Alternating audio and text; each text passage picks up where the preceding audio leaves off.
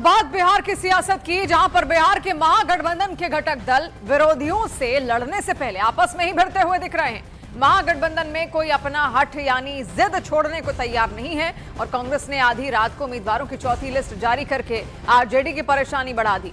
कांग्रेस की चौथी लिस्ट में 6 उम्मीदवारों के नाम हैं। इस लिस्ट में कांग्रेस ने कहलगांव सीट से भी उम्मीदवार उतारे हैं। कहलगांव से आरजेडी पहले से अपना उम्मीदवार उतार चुकी है, यानी चुनावी दंगल से पहले अपनों में ही भिड़ंत होती हुई दिख रही है। और महागठबंधन के अंदर देखिए किस तरीके से सब कुछ ठीक नहीं दिख रहा।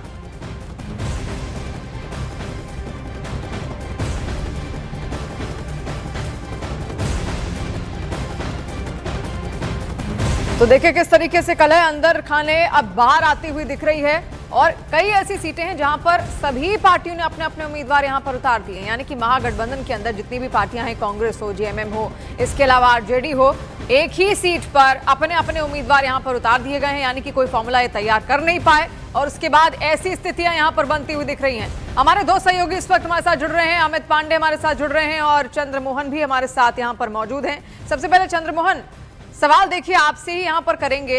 अंदर खाने तो अब सब कुछ गड़बड़ है, ऐसा अब तो संकेत साफ साफ यहाँ पर साफ जाहिर हो ही रहे हैं। कई सीटें ऐसी रही हैं जहां पर हर पार्टी ने अपने उम्मीदवार उतार दिए। हो क्या रहा है अभी? देखिए, 1 दर्जन से ज्यादा ऐसे सीट है जहां पर महागठबंधन में एक दूसरे के खिलाफ उम्मीदवार उतारे हैं और अब आगे, क्योंकि आज भी नॉमिनेशन का दिन है और माना यह जा रहा है कि कई ऐसी सीट है जहां पर और भी उम्मीदवार घोषित किए जा सकते हैं, तो साफ तौर पर समझा जा सकता है कि जो ये महागठबंधन है वो एक तरह से वेंटिलेटर पे चल रहा है और ये कभी भी दम तोड़ सकता है। जो जानकारी मिली है उसके मुताबिक कुटुंबा सीट को लेकर अभी भी कोहराम मचा हुआ है। वहां से कांग्रेस के प्रदेश अध्यक्ष राजेश राम चुनाव मैदान में हैं, जहां से कांग्रेस ने उनको टिकट दिया है, और वहीं से सुरेश पासवान जो आरजेडी के उम्मीदवार हैं, पूर्व मंत्री भी हैं, उनको आरजेडी चुनाव मैदान में उतारने जा रही है। तो जाहिर सी बात है, जब किसी प्रदेश अध्यक्ष के खिलाफ, जो आपके एलआई का मुख्य घटक दल है, उसके खिलाफ अगर चुनाव मैदान में जा रहे हैं तो जाहिर सी बात है ये कैसा गठबंधन है, इसको लेकर सवाल उठेंगे। और आपने देखा होगा पिछले दिनों अब तक यह साफ नहीं हो पाया है कि महागठबंधन में मुख्यमंत्री का उम्मीदवार कौन होगा। कांग्रेस बार बार यह कहती रही है कि पहले जो हमारी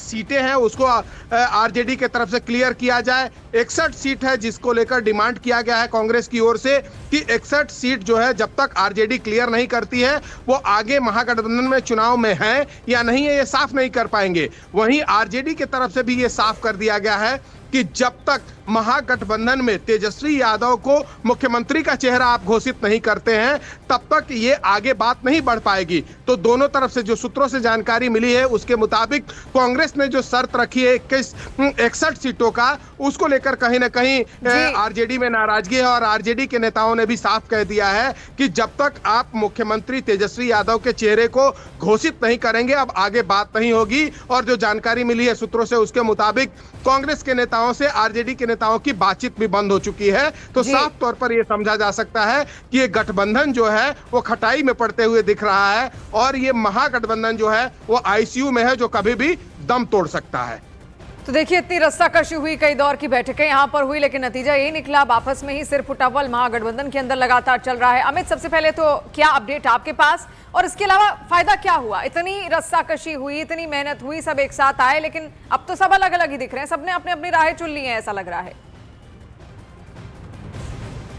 देखिए, आने वाले दिनों में महागठबंधन के लिए जो आगे का रास्ता होगा वो मुश्किल भरा होगा और इस वक्त हम बेतिया में मौजूद हैं और बेतिया के आसपास की 3 सीटें हैं, बगहा, वाल्मीकि नगर और नरकटियागंज। इन तीनों जगहों से कांग्रेस ने अपने उम्मीदवार उतारे हैं और कम से कम 3 में से 1 सीट ऐसी है वाल्मीकि नगर, उसमें जो है कि आरजेडी के उम्मीदवार हैं उनको मनाने में काफ़ी ज़्यादा मुश्किल का सामना करना पड़ सकता है। चंपारण का ये इलाका है, यहीं पर जो प्रियंका गांधी की भी रैली हुई थी और यहाँ पर एसआईआर संबंधित यात्रा भी निकली थी। लगातार 2 से 3 बार यहाँ की आधा दर्जन सीटें ऐसी हैं जहाँ पर बीजेपी या एनडीए के विधायक हैं और एंटी इनकम्बेंसी यानी कि वोट विरोधी लहर का जो महागठबंधन धड़ है वह फायदा उठाने की कोशिश कर रहा था। लेकिन अब अपने के बीच में ही ऐसी लड़ाई है, करीब आधा दर्जन सीटों का मैंने आपको ये हाल बताया, तो समझिए कि पूरे प्रदेश में क्या होगा।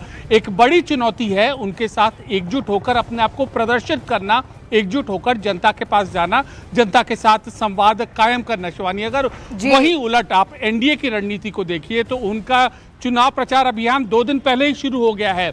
कल संगठन से जुड़ी बीएल संतोष ने एक अहम बैठक ली थी बिहार के संगठन के नेताओं से, लेकिन महागठबंधन में ऐसी हमें न कोई बैठक देखने को मिल रही है, न ऐसा संगठित चुनाव प्रचार अभियान की शुरुआत की। तो ये एक बड़ी चुनौती है और आने वाले दिनों में चुनाव प्रचार अभियान में ये सारी चीजें ये इनको देखना होगा। बहरहाल अलग अलग मुद्दे हैं, स्थानीय मुद्दे हैं और छोटे छोटे मुद्दे हैं जो जनता, बिहार की जनता समझ रही है। यही मुद्दा और यही सवाल भी बन गया है कि अभी ऐसी फूट है, सीटों को लेकर ही बंटवारे साफ नहीं यहाँ पर हो पा रहे हैं, तो जब चुनाव प्रचार शुरू होगा तो क्या सब ये साथ आएंगे महागठबंधन के तमाम राजनीतिक दल और राजनेता? तो यही सवाल है। और इसी के साथ देखिए अब चुनावी माहौल और गर्माता हुआ दिख रहा है। आप दोनों का ही बहुत शुक्रिया। और देखिए महागठबंधन में मचे कोहराम पर बीजेपी ने क्या कुछ कहा वो भी आपको दिखाते हैं। ठगबंधनों की जामात है, एक दूसरे को ठगने के चक्कर में खुद ठगा रहे हैं लोग। लोकतंत्र की खूबसूरती है, समय से पहले उम्मीदवार को सूचना मिलती है, उम्मीदवार अपने ढंग से तैयारी करता है, लोकतंत्र के महापर्व में भागीदारी करता है। दर्शाता है कि इतना अंतर्विरोधों से भरा हुआ गठबंधन, अंतर्विरोधों से भरी हुई पार्टी, अंतर्विरोधों से भरे हुए परिवार, उस कारण से ये कभी बिहार को सकारात्मक दिशा नहीं दे सकते। और मैं एक पंक्ति में कहना चाहूंगा, जो अपने कैंडिडेटों की लिस्ट नहीं बना पा रहे हैं, ये चुनाव हारने के बाद कहेंगे कि वोटर लिस्ट ठीक नहीं।